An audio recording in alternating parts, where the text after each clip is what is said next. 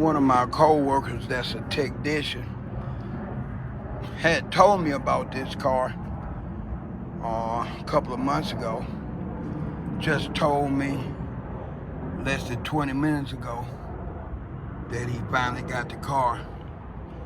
He told me it was up on the roof at the dealership we were. So I went down there and looked at it. Well, I came up here to look at it. I had some cutting cream with me. I was gonna do a hand sample to see if the painter buffed out, but I must have left it in the wrong car. This definitely needs a real bad, it need a real good prep job, because this is real bad, is what I'm trying to say. I don't know about this one. I don't even know if I want to get in this car. He might bring this car down to the second floor where I work. It's gonna need headlight restoration. I don't know if that's compensation inside that lens or what, but regardless, it need a headlight restoration. It's gonna need a paint correction. Don't really know how that's gonna turn out. Would have to really work on it to see. I hate I left my cream, my cutting cream. Man, this car been sitting up a long time. I hope he got this car for almost nothing. I think any money that he paid for this car might be too much. He said he gave it a quick prep, and he said it's still needing prepping. He ain't lying, because the prep he gave it definitely didn't do a whole lot of justice to it, man. The damn seats, the interior, it smell moldy. Door jams.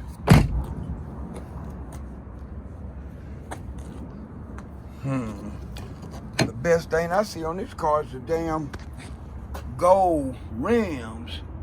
Now that look good. But boys, what I'm looking at right now, that's about the car haven't been tapped since 2020. So that's 4 years. Man. Let's see.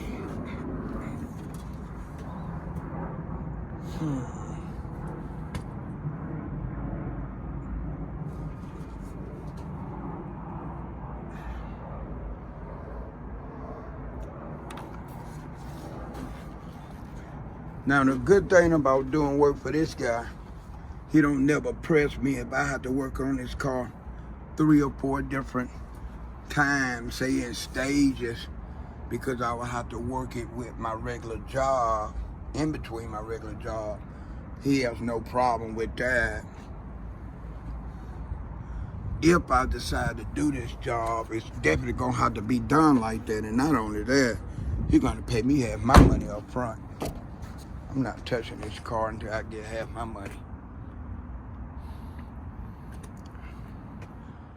Wow.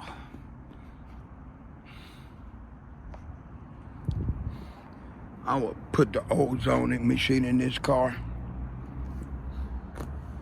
for a day or so, because it's definitely smell moldy. Look at there. Damn. I ain't lying. It definitely need a good prep job. I don't know about this paint. If I can't buff the paint out, I'ma not want to do the car. Because the only really self-gratification I would get out of this car is doing the exterior. And if this paint won't or can't be buffed out, that kills all my desires to want to do this car. If I get a chance, I'm gonna come back up here today and do some samples on the paint. I'm gonna try to get him to bring the car down and find a place to park it tomorrow. And maybe I could go and set up my tripod and do a little bumping a spot here and there without giving it any prep, because I want to see if I could do anything with this paint. Especially this top, man. Look at the top.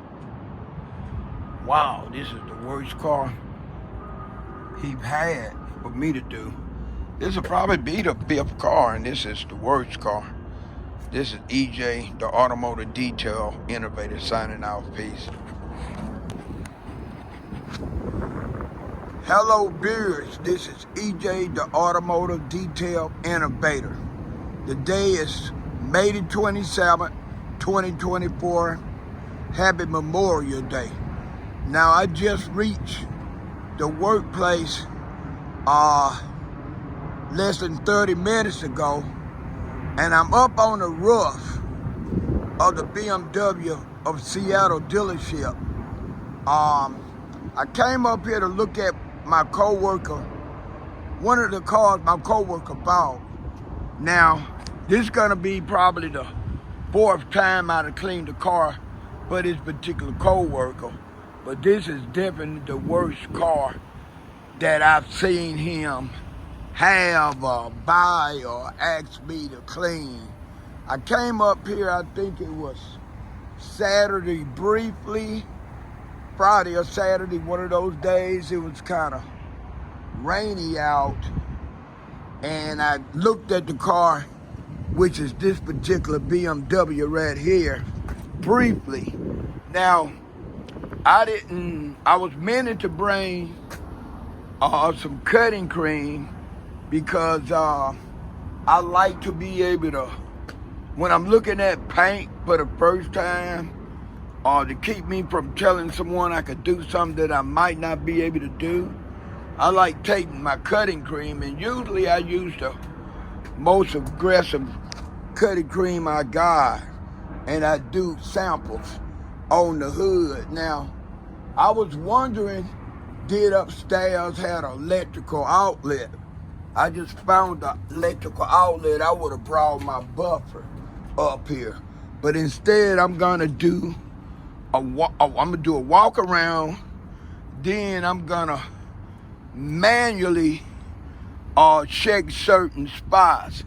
Now, I made my coworker aware that if I can't buff this paint out, I don't want to do the car, because it's moldy inside, it smells moldy, the interior carpets are light, and it's moldy. I got another video that I did when I actually came up here. I think it was Friday. If it wasn't Thursday, it was Friday, right? And I'm gonna put that video, I'm gonna link that video to this video, because that video will give y'all a better idea on what the interior looked like, because the doors was unlocked, but now the doors are locked. So it's gonna be hard for y'all to see from where I'm at what condition the interior really is, because I could put the camera there and I could see some, but to be able to capture how it really looked, I need the day doors open, or I use the footage that I recorded a couple of days ago. All right, for its creams, I brought heavy duty cutting cream, and then I got like a second step polish. I'm gonna stick this phone,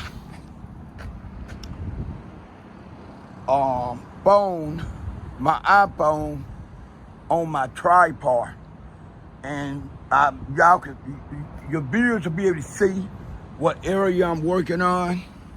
And then when I get through checking certain areas out, I'm gonna take the my iPhone off my tripod, which is right there, and I'm gonna hold it up in it to the areas that I worked on, just to let y'all see if I'm able to do anything to this paint. You can see what I'm working with before. Now, bear in mind, I done already told him he need a headlight restoration. I am not sure if this headlight got compensation on the inside, in other words, some form of moisture been getting inside the headlights. We call it constellation or constant. I'm having a no-brainer right now. Okay, I just stick to moisture being on the inside of the headlights. But the outside of the lens of the headlights need to be, it need a headlight restoration. I told him that. I told him how bad the engine compartment was. And I told him I didn't know if I could do anything with this paint. I try to not promise something unless I get into it. Then I can make a more accurate judgment on what I can and can't do. Because sometimes when you tell people you could do something and you can't do it, that's room for disappointment, right? I'd rather for the expectation to be low when it come down to what I might could do. I'd rather stick to saying I do my best, right? Instead of guaranteeing somebody it's gonna look the way they want it to look, just to have them unhappy with the results. And in some cases, some people don't want to even pay you because you oversell yourself or oversold yourself to them. I don't oversell myself. I tell a person if the car exterior paint could be buffed out, EJ could buff it out. But first, it had to be able to be buffed out, right? I'm no magician, I'm no God. So if it can't be buffed out, 9 times out of 10, I done already looked at it. I done already told you, and you asked me to try a small area just to prove my point to you on what I'm saying. While I'm talking, I'm still showing areas of this car that's gonna need a lot of work. Now, I was told by one of the detailers downstairs, I think it was Friday, he told me they had prepped this car a little bit. So let's just see. I'm gonna see if I need to turn. I might turn this off. Yes, I'm about to stop it and start over, and I let y'all see what I'm getting ready to do. This is EJ. Peace. All right, I'm hoping y'all can see what I'm going to do. If I'd have known for sure it was electricity outlet up here, I would have maybe brought the buffer. I'm not in a predicament to spend a lot of time on this car. I got other work to do. And after the day, I'm gonna be off for a couple of days. Today is my actual Friday. So I got some work I gotta finish first. So I'm not gonna have time to spend a lot of time on this. I just want to come up and get a general idea. Now the next time I come up, if he can't get this car in condition to unlock to where he can drive it, I will bring one of my buffers. I don't know if I'm gonna bring the high speed or the GA buffer. But whatever buffer I bring, I'm definitely gonna need a cutting pad, and I'm gonna need this heavy duty cutting. Now the detailer that helped to prep it told me he thought if I prepped the car real good, I could bring the paint out. And I told him, dude, I'm not sure about all that. You know, you haven't even tried to give it any kind of test nowhere to see, to confirm what your belief is. Now you see the oxidation coming off in the rag. He's just looking at it, talking about what he think I could do without giving it a set up. Instead of trying to prove it, I'm trying to find out for sure. I'm giving myself a demonstration. This demonstration ain't costing my co-workers that just cost loan to not a damn thing. Because I'd rather know ahead of time than go get the car, build up his expectation of it's gonna look a certain way, and then it's done and I have him disappointed. And whether he know it or not, I'll be more disappointed myself than he will be. Only because I took pride in what I'm doing, or what I do. I'm trying to find out. I had 2 microfibers. I don't know if the other one fell underneath the car. Yeah. That's okay. I use the one that I got in my pocket. Or I just flip it on the other side. All right. Hit it again, and then I'm gonna try the trunk and the top. I will move the tripod as I try certain areas. Okay, now I see right now it's less coming out. So in order for me to get more than that out, if I could get more than that out, I might have a problem. Okay, let me go to the second step polish. And I'm just playing around with it to see, because if the paint's gonna be bad, 9 times out of 10, if the paint is bad on the car, it's gonna be on the inclined surface. It's gonna be on the top, the trunk, and the hood, because that's what faces the weather. It doesn't matter if you're going south or north. Either way, the wind and the rain is gonna hit the inclined surface first. So if I could get the inclined surface to look better, then I know 9 times out of 10, the sides and the doors are gonna look better. And as far as me being right with the statement I just made, I have been right about 95% of the time. Now, I don't know. To be honest, I prepped the car real good for him, but I don't know. I don't know about that one.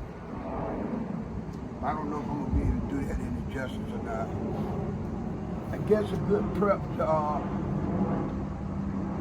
would help me determine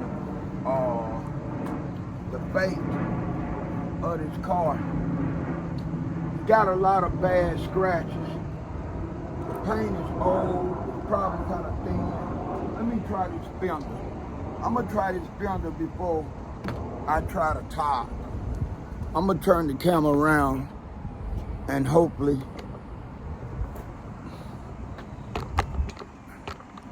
y'all can see. Let me see. Okay, at least you can see where I'm at. Like I said, I'm gonna take the camera off the tripod and I'm gonna go over the areas with the camera. Just let y'all see what I done with the camera not on the tripod. That way you get a better understanding of what I done. You can see better. It's hard to really see like you want to on the tripod. Okay, now that don't look bad. I even see some metal, metallic in it, in that paint. All right, let's go around to the driver top.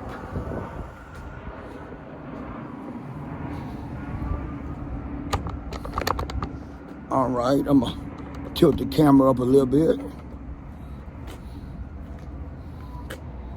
And I'm gonna start with the cutting cream. And then I'm gonna do the trunk. Then after that, I'm gonna see if he want me to prep this car when I have time, give it a real good prep and a clay bar, and maybe I could give him a better idea, or I could have more of a idea on would I be able to buff this car out. Least satisfactory to me, because see, buffing give me self-gratification. So even if I'm able to buff this car out and it look better, but it don't look the way I wanted to look, I'll still be disappointed. You know, and I know I only could do, and not just me, but any detailer, especially an exterior detail guy, could only do what the paint allow him to do. right? Even if he got all the knowledge he needs to do the job, he's only gonna be able to do as much as the paint allow him to do. It doesn't matter how good the chemicals are. It doesn't matter how much experience he got. It doesn't matter what kind of wool pad he used, or what kind of how abrasive the cutting cream is. It doesn't matter in a lot of cases if he used a DA, which most people are learning to use today. The DA is like the newer generation of detailers, crutch, right? Or dual action is more than just a crutch because it allows us to buff in different rotations, right? So I own 2 DAs. I got 2 dual action buffers, and they all serve a purpose. But I got about 7 high-speed buffers where what today's generation call, or some of the other detailers that's been in the game maybe 20 years or so, called rotary buffer. We never called it a rotary buffer. We never even looked at it with no kind of title other than a high-speed buffer, right? I went from using high-speed buffer that had no gears, right? Just mashing and it spin fast as hell. You don't watch out, you'd be messed up the paint. And back then, they just had stage 1 paint, right? So I went from using that kind of buffer that had 1 speed. Once you plugged it up and mashed the trigger, it go real fast. So it's up to you to damn work your trigger with your finger. I went from that to 2 speed, which was high and low, right? And I still have the first high and low buffer that I bought, right? And then after I bought the high and low, I started, by this time, a few years later, so the Barrier to Speed come out. Now I got probably, I had to guess, I got about 7 or 8 high-speed, AKA rotary buffers, and they're all Makita. It's been times I had to put buffers in the shop to get them tuned up. Sometimes you have to get brushes, you got to get triggers. Sometimes you have to get a new extension cord.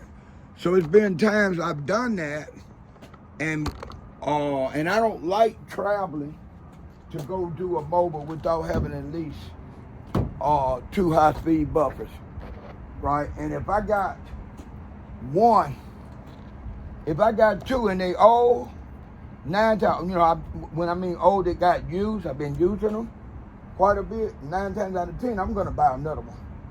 Because just in case something happened to those 2, then I got a brand new one to work with. I've had that happen to me. I went to do a mobile one time. I had 3 buffers. All 3 of them was giving me problems. If it wasn't the trigger, it was the brushes. If it wasn't the brushes, it was the damn extension cord. I ended up taking the money that I made off of that side job to go and buy me another buffer, right? I went to a hardware store. I bought me another Makita. I used my money, so when the person paid me for doing the exterior buff job on their car, that money he paid me just went back into me buying a new buffer. But at that time, I put the other 2 buffers in the shop, right? And from there, I jumped up to 3. 1 that I had just bought and 2 that I got out of the shop. So that's what I ended up doing, right? To me, buffers are almost like spare tires. You don't wait till you get a flat to buy a spare tire. Anybody with any common sense want to have a spare tire that's already holding air, ready for his car or her car if they have a flat. And that's how I feel about having those extra buffers. If that one go wrong, I got another one. And you better believe when I travel to go do a mobile, I'm gonna have 3 buffers with me. All right. This would have been a lot easier if I had known they had electrical outlet. I was gonna bring my 100-foot stitcher cord, and I kind of figured they had electricity somewhere around here, but I can't move this car because it's locked and I don't have the keys. And he told me the switch is messed up. So even if they had electricity, and if my stitcher cord couldn't reach where the electrical outlet was, it was gonna still be the same thing. So maybe I might come back on another day. Because one thing about doing work for this particular guy, in order for him to save money, he let me work on the car. All these cars I've had as much time as I wanted to. I had one car I worked on for 3 Sundays in a row. I broke it down to prepping, then stage 1, first cut and buff, or paint correction, what some people would call, and headlight restoration, and then I did 2 more steps on the last stages.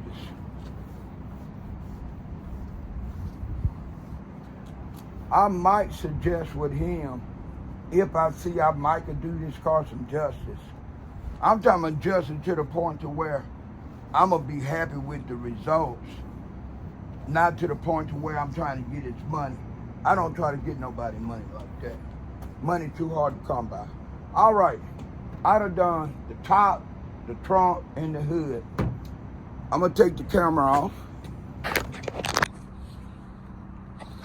All right, this is, it would have been nice if I'd have brought some tape too, but I didn't think about it. I got one thing on my mind really, other than messing with this a little bit, and that's getting out of here. Getting all my work together so I can get out of here on time.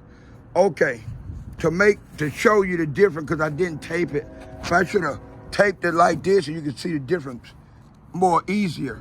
But I'm gonna show you this, and this is just a light hand rub, right? No machine versus that.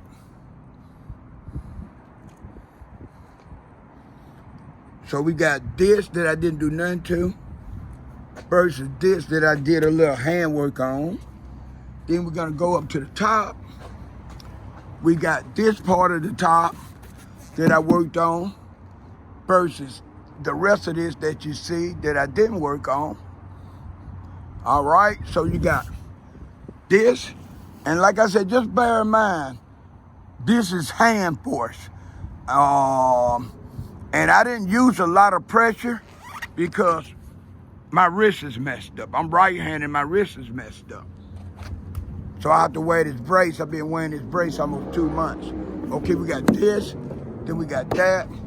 Let's go head over to, now, standing right here, looking at the hood, and when I lean over to go over to the passenger side, I can see that bright spot, right? But I'm gonna walk over here and show y'all. And I might just go over with this guy and give him some options. Okay, you got this versus all that I didn't do. And like I said, this was done by hand. And you see it, you can see where my hand's at, how it's bright, and then you got right here and right here that's dull. Okay, I done this fender. Now that fender looked pretty damn good for me just using my hand very lightly with some heavy duty cutting cream. So I'm gonna put all this video footage together. I'm gonna look at it. Then I know exactly what to tell my coworker that I could do and can do, and then I'm just gonna go for that. But go from there. But I think the first step I need to do to really make sure what I'm gonna be able to do with this paint is to get his car a prep job. Now he's gonna have to pay me to do the prep, either before I do the prep or right after it. And then after I do the prep, we'll both decide what he wanna do. This is EJ signing out, peace.